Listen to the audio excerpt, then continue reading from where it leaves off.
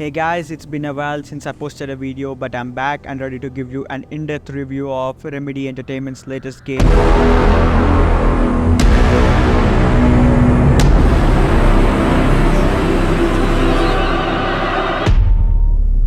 Alan Wake 2. I have spent over 15 hours playing this game and analyzing every detail, so you can trust me, my review will be accurate. For those who are new to Alan Wake series, I highly recommend you playing the first game before diving into the sequel. However, if you're like me and a little lazy, here's a quick rundown.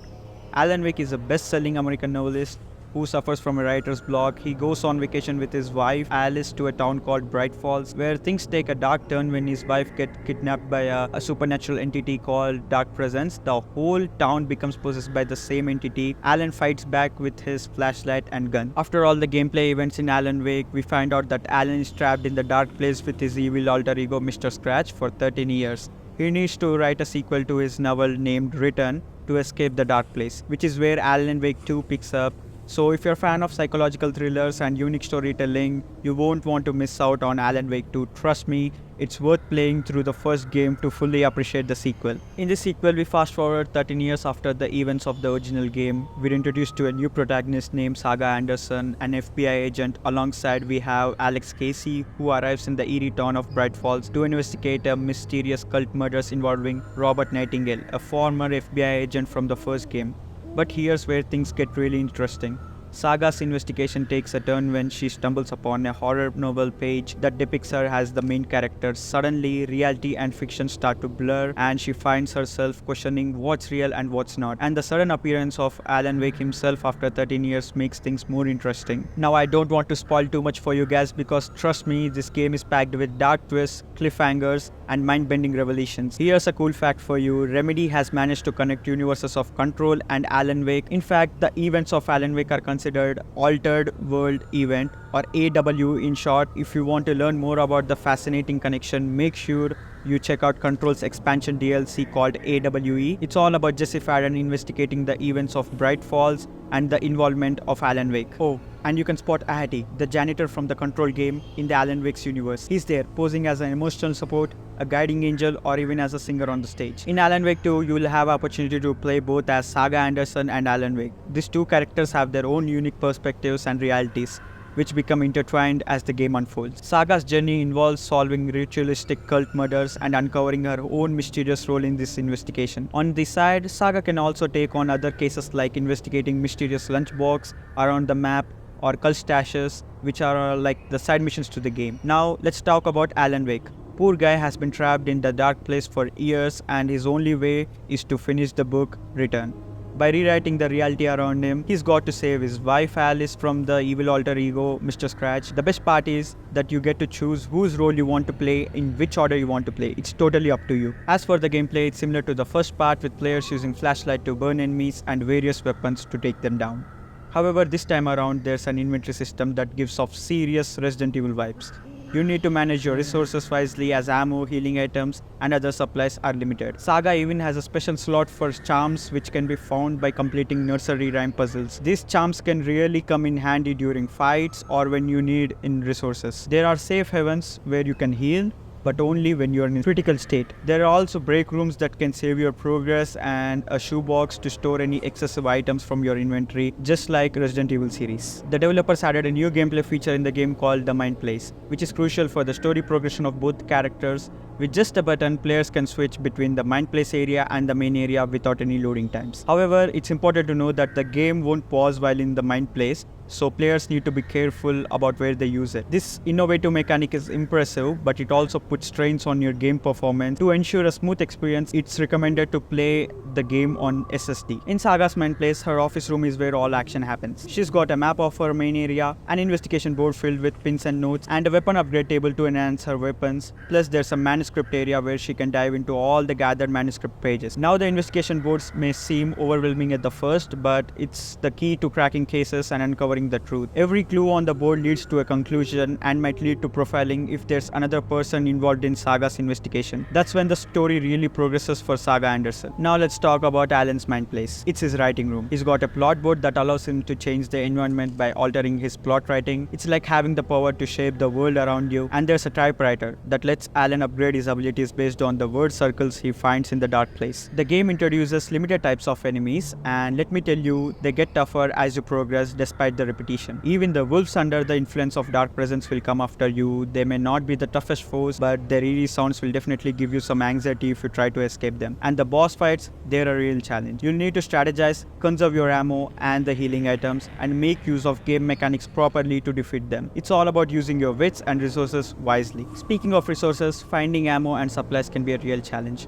Especially if you're playing on a higher difficulty, you'll have to explore your surroundings, search for cult stashes, and even uncover nursery rhymes that provide valuable resources and charms. It's all about being resourceful and making the most out of what you find. And let's not forget about the puzzles. They're challenging, but in a good way. You need to pay attention to your environment and look for hints. Even the tiniest details can make difference when you're dealing with passwords and padlocks. It's all about using your observational skills and thinking outside the box. The keys to my trailer.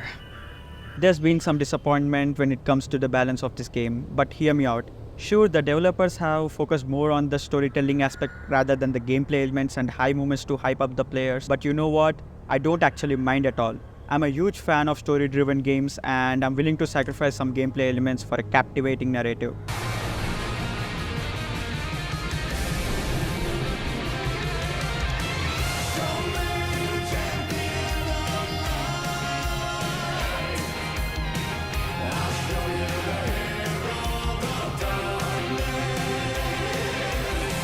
And let me tell you, this game delivers on that front. Now let's dive into the graphics. Visually, this game is treat for the eyes. The developers have really made full use of ray tracing technology to create stunning lighting effects. It's truly feast for the senses. However, I have to admit that there are some moments where the visuals can be a bit overwhelming. The sudden environment changes eats up performance, and the overly saturated lighting with distorted effects can be unpleasant at times. The game also takes advantage of new technical features like path traced lighting, and if you're lucky enough to have the latest RTX graphic card, you can even enable DLSS frame generation, which uses AI to boost your FPS. Although I have to say DLSS 3.5 doesn't provide significant performance boost, but AMD FSR2 can show the difference in your gaming experience. Speaking of the performance, I have played this game on RTX 3060 laptop GPU, and I have to say it held up pretty well. I averaged around 50 to 60 FPS on low medium mixed settings, which is totally fine for me. I didn't experience any major stuttering or freezes. Although there were few instances where the game struggled to load the environments during long gameplay hours, character used to float midway. The developers really stepped up their game with this one. They made a smart move by using live action cutscenes instead of in-game cutscenes. The audio design, folks, it's absolutely gripping. From the eerie sounds of the forest, the realistic town experience, and the indoor ambience to the bone-chilling sound design of the dark presence, every moment is filled with tension. Especially when you're in Alan Wake's dark place, where the enemies takes in form of shadows and can attack you any moment from anywhere, the sound plays a major role in creating the terrifying atmosphere. So I recommend you using headphones with spatial audio to fully immerse yourself in the game.